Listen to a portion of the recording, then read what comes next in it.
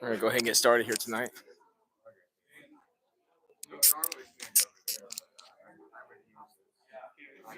If you need to stand over there, we can put you where we need to be. It doesn't matter. Oh, you can take. Yeah, you take it over there. Sure.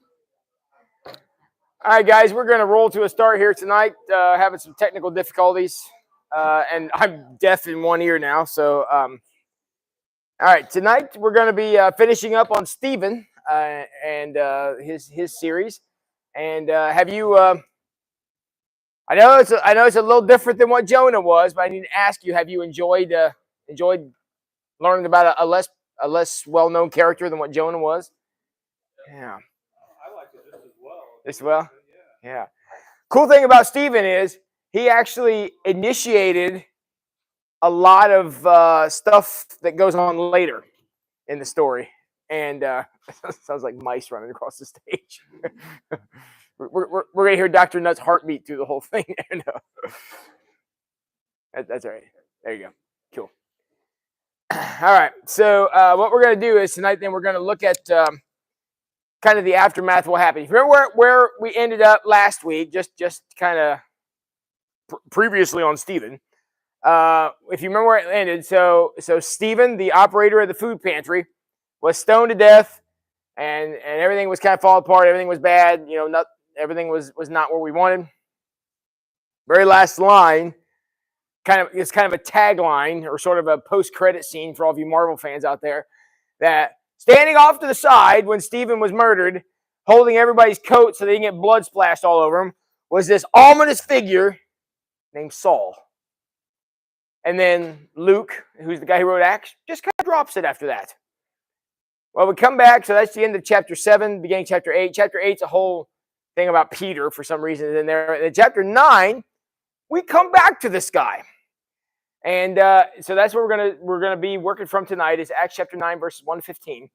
And we're gonna be looking at some stuff here and kind of set the stage for Sunday a little bit. So that's what we're looking at. Now, what I want to focus on here tonight is I want to focus on who was in support of Saul.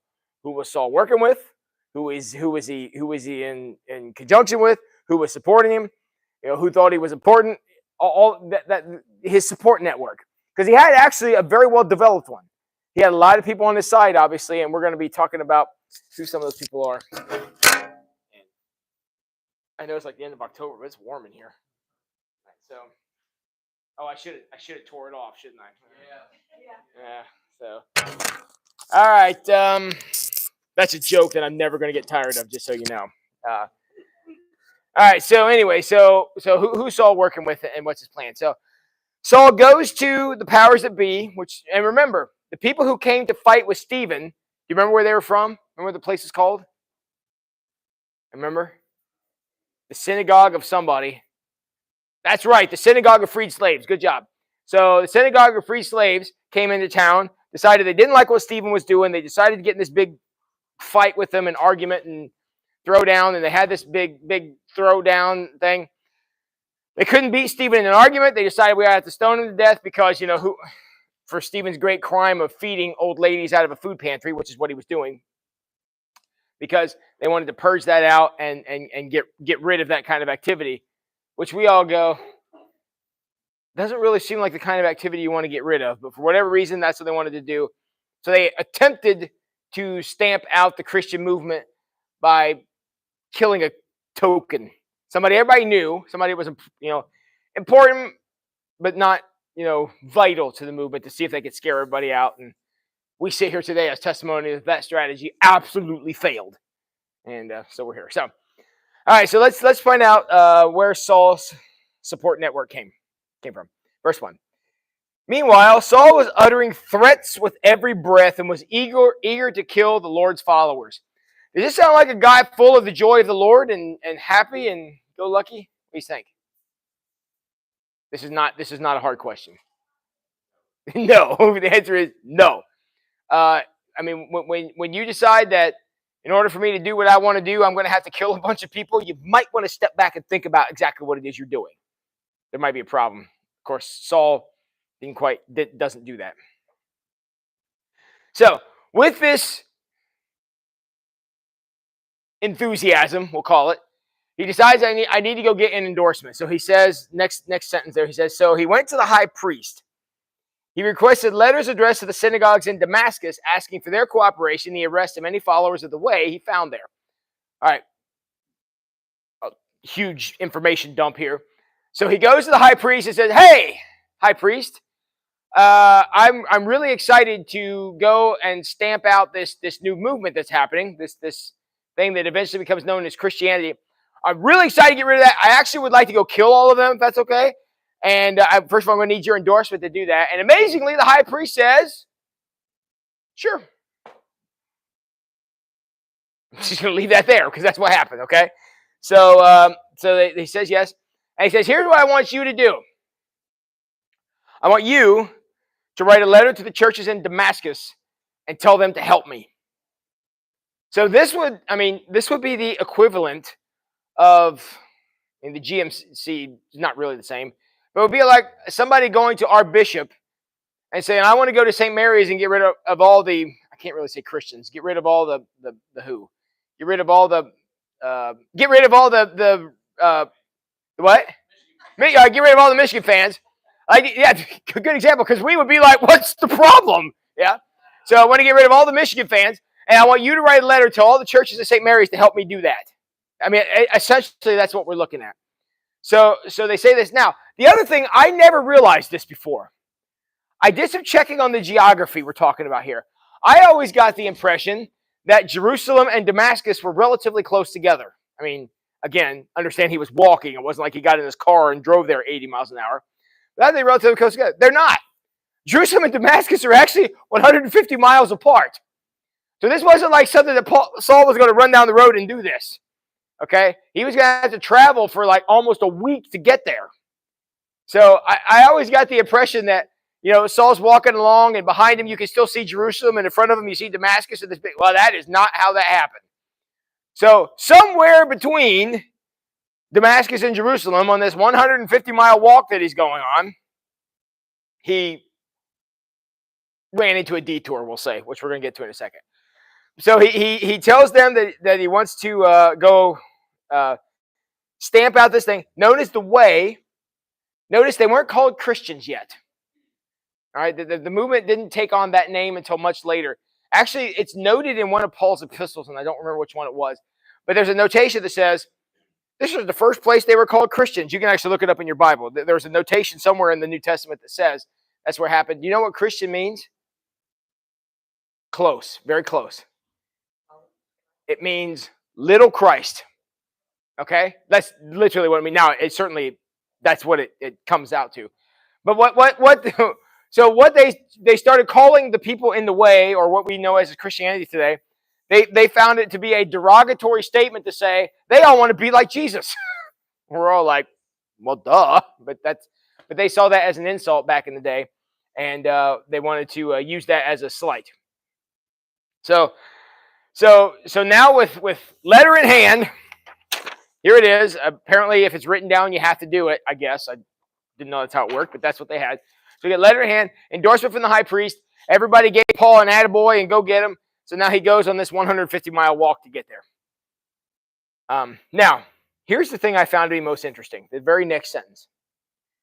He wanted to bring them, both men and women, back to Jerusalem in chains.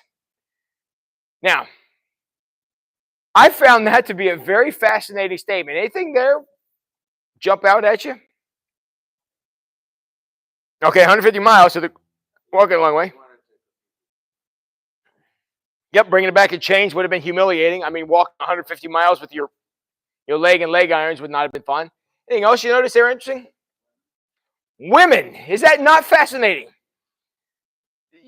Under the laws of the day. Now, the view of women at the time of the New Testament when this was going on was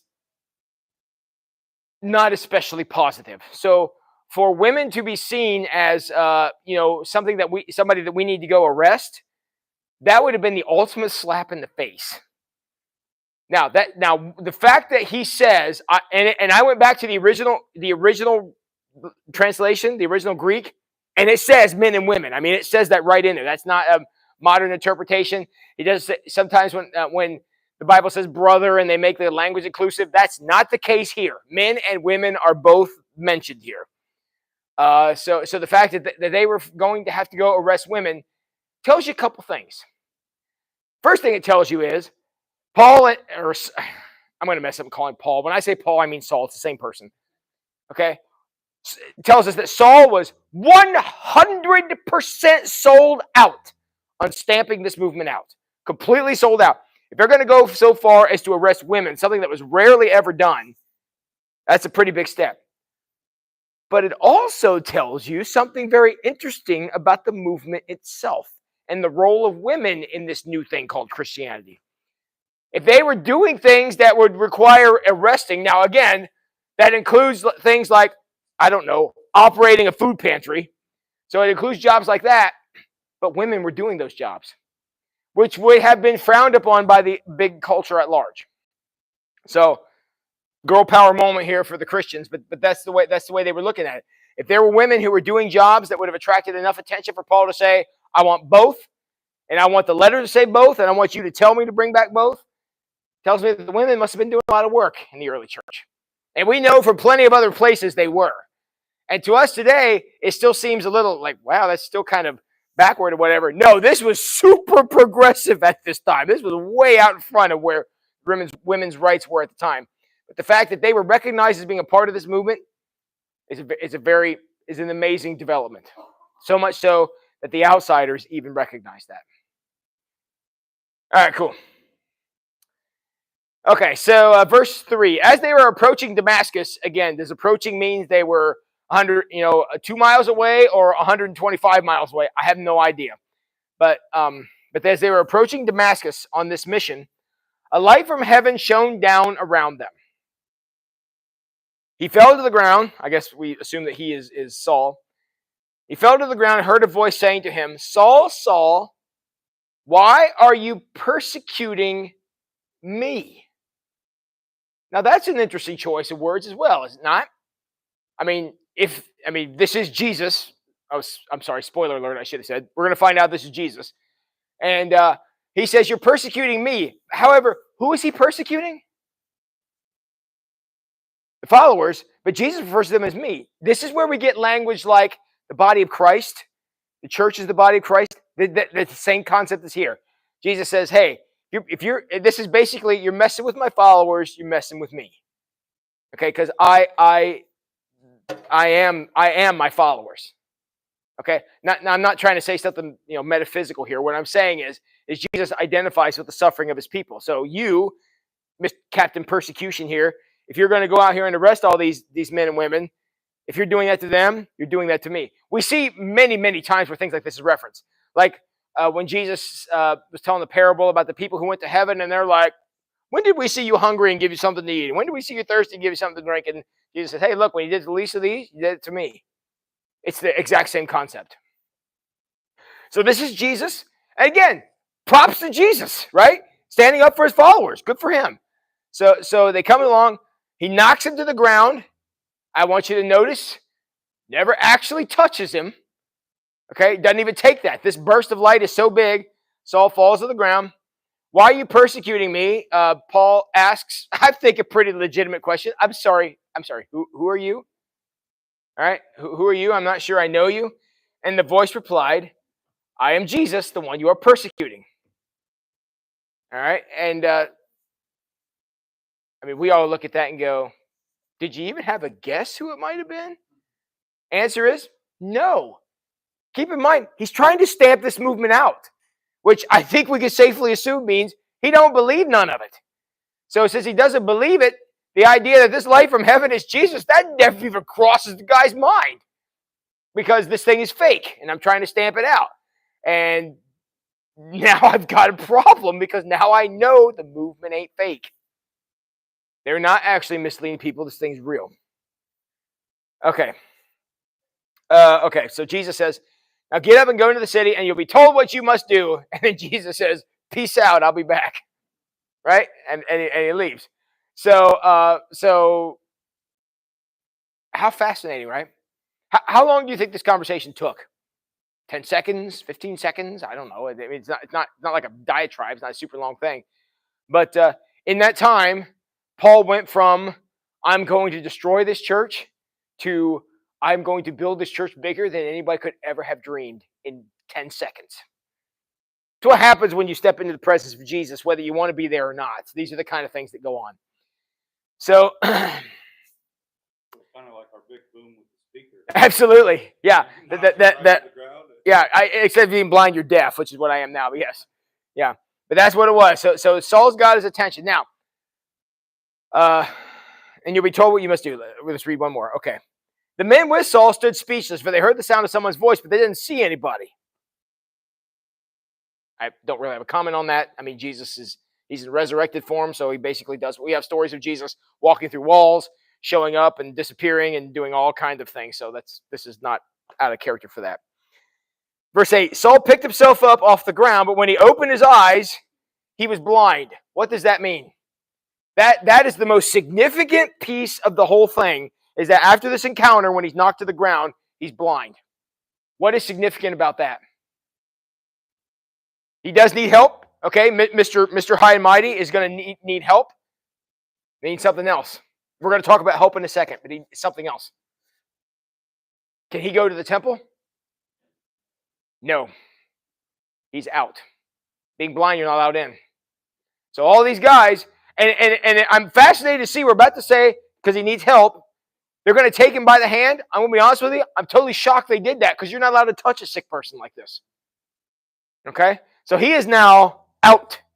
And remember, he literally just left a meeting with the high priest. Now the high priest is not even allowed to be in proximity of him anymore, based on Old Testament law. So he is out. Done. So okay. Verse 8. So Saul picked himself up off the ground. He opened his eyes. He was blind. His companions led him by the hand to Damascus, which tells me they must have been closer to Damascus than Jerusalem. Or it tells me, well, we can't take him back there. Okay? Because they're not going to let him in the temple. I don't know what to do with him. So we'll take him to Damascus. They took him on in. He remained there blind for 3 days and did not eat or drink. If you happen to have read chapter 9 before, anything interesting that you notice about this, about his companions? They're gone. They're like, all right, blind guy, go in there. See ya. Right? They say they left him at a certain place, and we're going to talk about the address. But who is that person? I don't know. I'm asking the question rhetorically. There's no answer. I don't know who it is.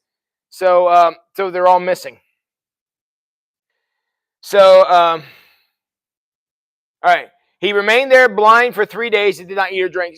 Basically, he was a beggar. I mean, what's he going to do? He's in a town 150 miles away. It's not like he can go over to his uncle's house or something. He's got no place to go. There's nobody there. So they left him here in this place. He's blind in a town he's probably not terribly familiar with. And his buddies never show up again. Interesting. All right, so you remain there blind for 3 days. Don't miss the significance of 3 days. Lots of things in the Bible take 3 days. So 3 days he's there. Verse 10. Now there was a believer in Damascus named Ananias. Okay? Interesting thing about Ananias, it's the only time he's ever mentioned. We have no idea what he did before this. We have no idea what he does after this. But he does what we are about to find out is a pretty significant thing right here. And then he's done. His part, story's over. He never comes back. Okay, so there was a believer in Damascus named Ananias. The Lord spoke to him in a vision, calling Ananias. Yes, Lord, he replied. The Lord said, go over to Straight Street to the house of Judas. I just need to say, not that Judas. Okay? Judas, when you get there, ask for a man from Tarsus named Saul. He's praying to me right now. I have shown him a vision of a man named Ananias coming and laying hands on him so he can see again. So, Saul never mentions this, but apparently he was having visions of this man showing up. I mean, he obviously wasn't seeing it because his eyes weren't working. But God had told him a guy named Ananias coming over. Now, I see a bunch of you reading ahead. I want to ask you, Ananias, think he's excited about this? Why not? he had a pretty bad reputation, okay? Christians in Saul's presence don't tend to fare very well. And for reference of that, I give you last Sunday's sermon, okay? So God's going to come to Ananias and say, hey, I need you to go over, and it's interesting, go over on Straight Street to the house of Judas.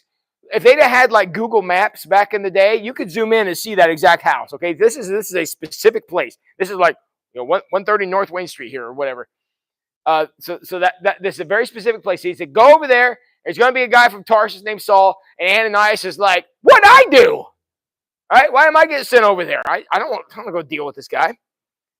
Verse 13, but Lord, exclaimed Ananias, I've heard many people talk about the terrible things this man has done to the believers in Jerusalem. And he is authorized by the leading priest to arrest anyone who calls upon your name. Reputation? Saul's not very good. All right, so we are now 13 verses in. 13 verses prior to this, what do you have? You have Saul going into the high priest, telling the high priest, here's what I want, and he gets it. I mean, go into your boss's office and tell your boss what you want. See how that goes, okay? Or let me, I'll just call the bishop and say, hey, Jeff, here's what I want, and see if I get it. True story. Back in the United Methodist Church, when I got ordained, I think I've told this before, but it's so hilarious.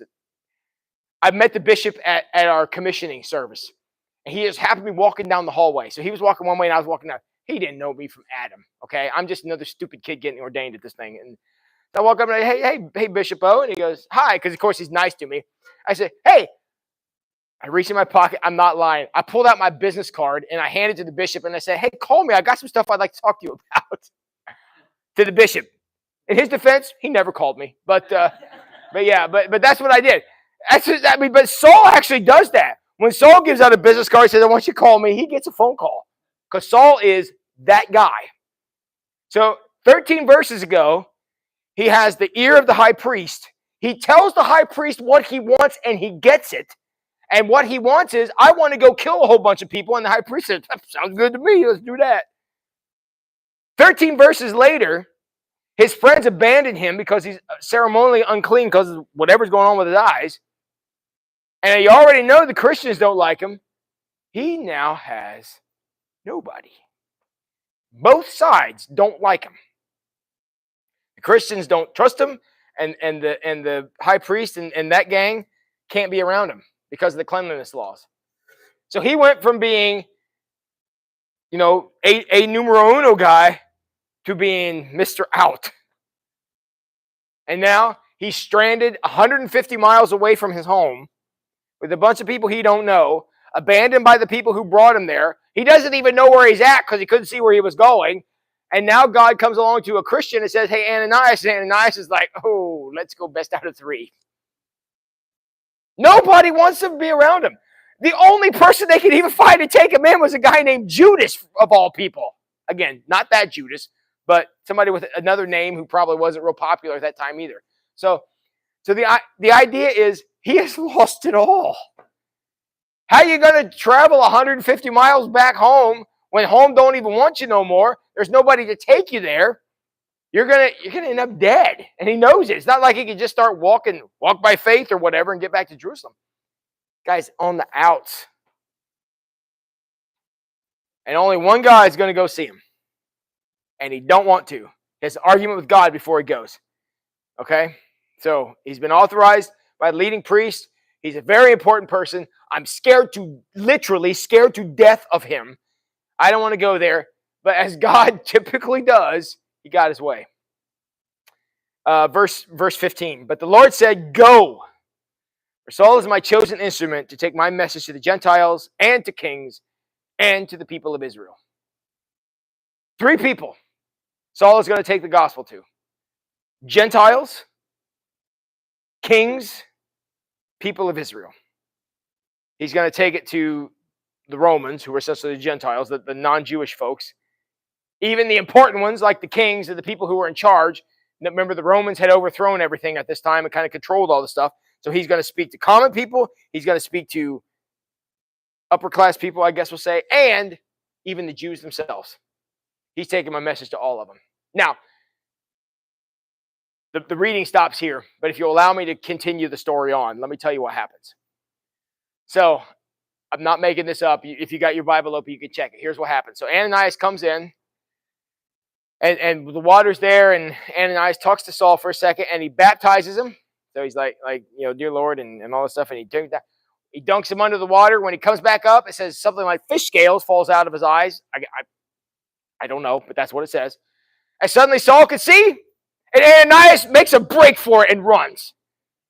Oh, he can see now. I'm not getting caught by this guy. And he's out of there, and he runs off. I mean, super, super excited here. I mean, Ananias is like, look, God, all you said was baptize him. See him. And he's gone. So he runs off. That's what he got. So now he can see, and he's person non grata. He has no place to go. And but as you might know, if you know anything about the history of the New Testament, ain't much keeps Saul down. He goes on to do great things, and including writing about 3/4 of our New Testament. And why did God choose this guy? I mean, think about all the offices God had available to him. 12 apostles, lots of people Jesus healed, a lot of people Jesus encountered. Yet, this is the guy who did most of the work. Why would God choose him? He was. I mean, and he was somebody everybody knew. Everybody had an opinion about Paul, whether you loved him or hated him. Yep. The full answer on why God picked Paul, Sunday morning. Man, how about that for a cliffhanger? All right. So if you want the answer to that question, you got to come pay your money on Sunday. That's how that works. So besides the why did God pick Paul, any other questions about this? Interesting end to Stephen's story, wouldn't you think? Where we didn't even mention him once. But if you read any of Paul's writings, the biggest thing that Paul talks about all the time is care for the poor. Make sure the widows are taken care of. I wonder where he learned that lesson from. Interesting. All right. But Dr. Nutt is going to take you on the journey of another person who went through a tremendous transformation. Not quite as aggressive or as quick as Saul's, but one where a corner was certainly turned. So I'm going to turn this over to him, and he can take it from there.